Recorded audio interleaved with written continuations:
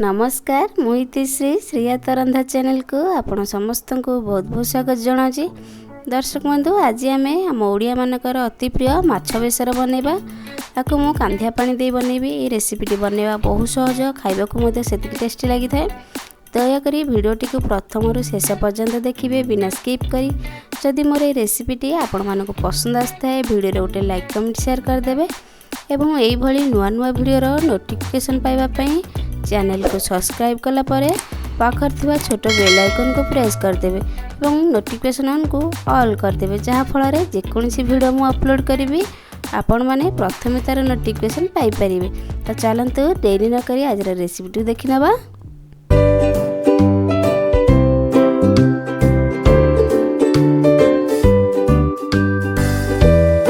देखंतु एठी मु गोटे केजी रोही माछ को नेची आको भलो भाबरे मु धोई परिष्कार कर देइथिली।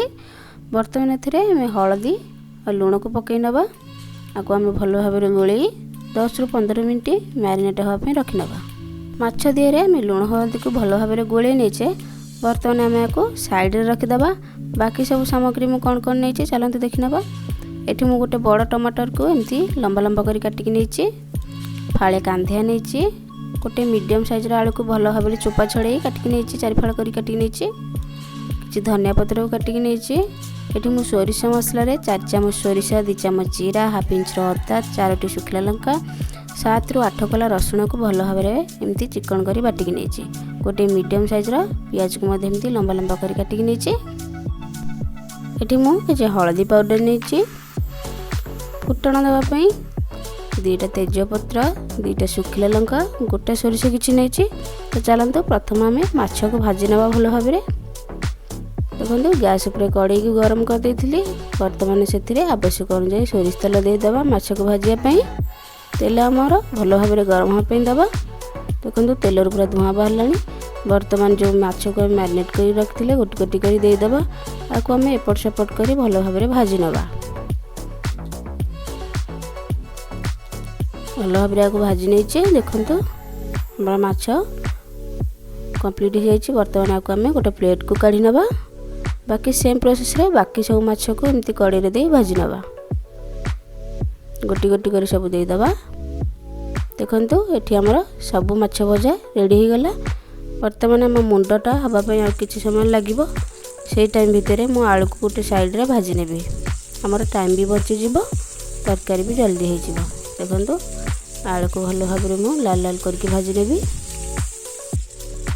देखो आलू आमर हो जाइए। बर्तमान आम माछ मुंडा और आलू को काढ़ी नवा।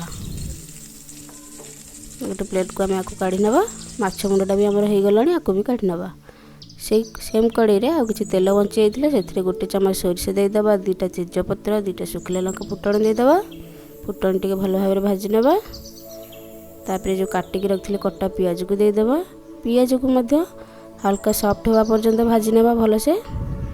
तो पियाज गुड़िक हल्का बादामी कलर हवा पर्यंत 2 रु 3 मिनिट आम आपको भाजी नवा मीडियम फ्लेम रे। देखो पियाज आमर भल भाव भाजी हो जाए। बर्तमान एथिरे आम कटा टमाट को देदेबा। टमाट को मध्य भल भाव सॉफ्ट होगा पर्यंत भाजी नवा। टमाटा जल्दी सॉफ्ट होगापी ये अल्प लुण ऐड करनवा। भल से गोले दबा। कवर कर किसी समय रखी नवा, जहाँफल आम टमाटो जल्दी सॉफ्ट हो। देखो बर्तमान कवर को काढ़ी जो भजा आलू को रखी देदेबा। आपको आउ किसी समय कवर कर रखी नवा। देखो कवर काढ़ा पर आम टमाटो आलू भल भाव सॉफ्ट हो सारी। बर्तमान ये टाइम आम बेसर मसला को ऐड करनवा।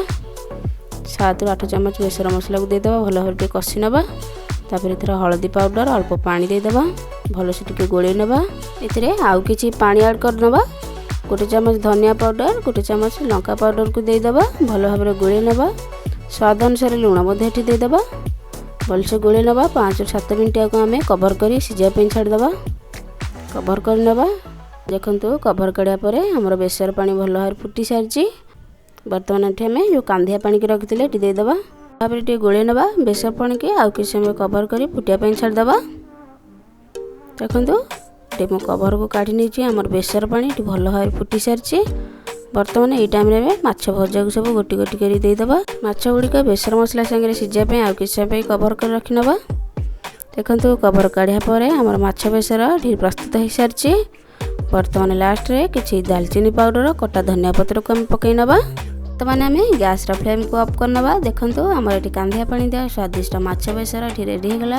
ताको आपण निश्चिंत घरे ट्राए करंतु। घरे ट्राए कला परे रेसिपीटी केमती लागिला मते कमेंट माध्यम रे आपन को मतामत निश्चिंत जणातु। जदि मोर रेसिपीटी आपण मानको पसंद आस्ताए वीडियो रोटे लाइक कमेंट शेयर करंतु। एमे एई भली नुवा नुवा वीडियो रो नोटिफिकेशन पाइबा पई चैनल को सब्सक्राइब कला परे पाखरता छोट बेल आइकन को प्रेस कर दियंतु।